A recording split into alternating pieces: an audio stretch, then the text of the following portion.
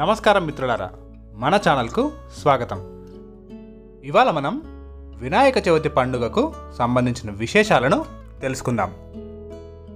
ముందుగా అందరికీ వినాయక చవితి శుభాకాంక్షలు. మన భారతీయులు జరుపుకునే అతి ముఖ్య పండుగలలో వినాయక చవితి పండుగ కూడా ఒకటి. పార్వతీ పరమేశ్వరుల కుమారుడైన వినాయకుని పుట్టినరోజుని వినాయక చవితిగా జరుపుకుంటాము. ఈ పండుగ భాద్రపదం నెల 4వ రోజున ప్రారంభమవుతుంది. భాద్రపద శుద్ధ చవితి రోజునే వినాయకుడు పుట్టాడని, ఘనాధిపత్యం పొందాడని పలు పురాణ కథలు మనకు చెబుతున్నాయి. ఈ వినాయక చవితి పండుగను మన హిందువులు ఎంతో భక్తి శ్రద్ధలతో, ఉత్సాహంతో జరుపుకుంటారు.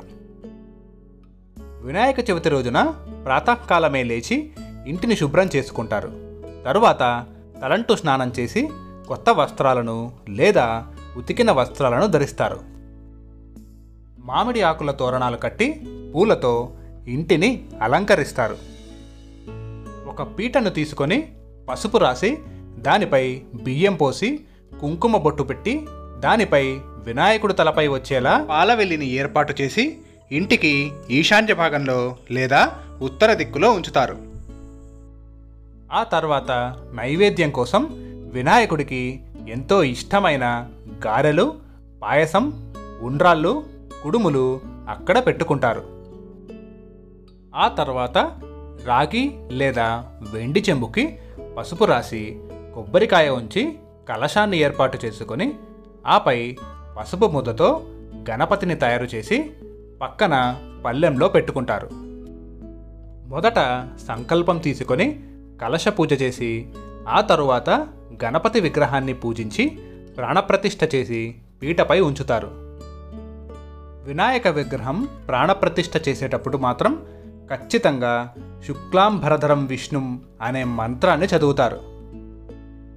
ఈ వినాయక చవితి సందర్భంగా విగ్రహం తీసుకోవాలనుకునేవారు తొండం ఎడమవైపు ఉండేలా జాగ్రత్త తీసుకుంటారు. పూజించే విగ్రహం మాత్రం రసాయనాలు ఉపయోగించనిదై మట్టితో తయారు చేసినదై ఉండేలా చూసుకుంటారు. ఆ తర్వాత పత్రి పూజ, అష్టోత్తరం, వ్రతకథ పూర్తి చేసి ఆఖరిలో వినాయక దండకం చదివి నైవేద్యాన్ని స్వామికి నివేదిస్తారు. వినాయక చవితి నాడు విఘ్నేశ్వరుని 21 రకాల ఆకులతో అంటే పత్రితో ఎంతో భక్తి శ్రద్ధలతో పూజిస్తారు. ఈ వినాయక చవితి పెద్దలకే కాదు, పిల్లలకు కూడా ఎంతో ఇష్టమైన పండుగ. ఈ పూజలో విద్యార్థులు తమ పుస్తకాలను, పెన్నులను పూజలో ఉంచుతారు.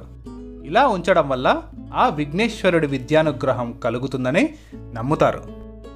ఈ విధంగా ధూపదీప నైవేద్యాలతో పూజించిన గణపతిని 3 లేదా 5 లేదా 9 లేదా 11 రోజులు అనగా బేసి సంఖ్యలో నిమజ్జనం చేస్తారు. ఈ విధంగా భారతీయులు వినాయక చవితి ఎంతో సంబరంతో, భక్తి శ్రద్ధలతో జరుపుకుంటారు. మీరు ఏ పని ప్రారంభించినా ఎలాంటి విఘ్నాలు లేకుండా పూర్తయ్యేటట్లు చూడాలని ఆ మహాగణపతిని మనస్ఫూర్తిగా వేడుకుంటూ మీకు, మీ కుటుంబ సభ్యులకు వినాయక చవితి శుభాకాంక్షలు. జై హింద్.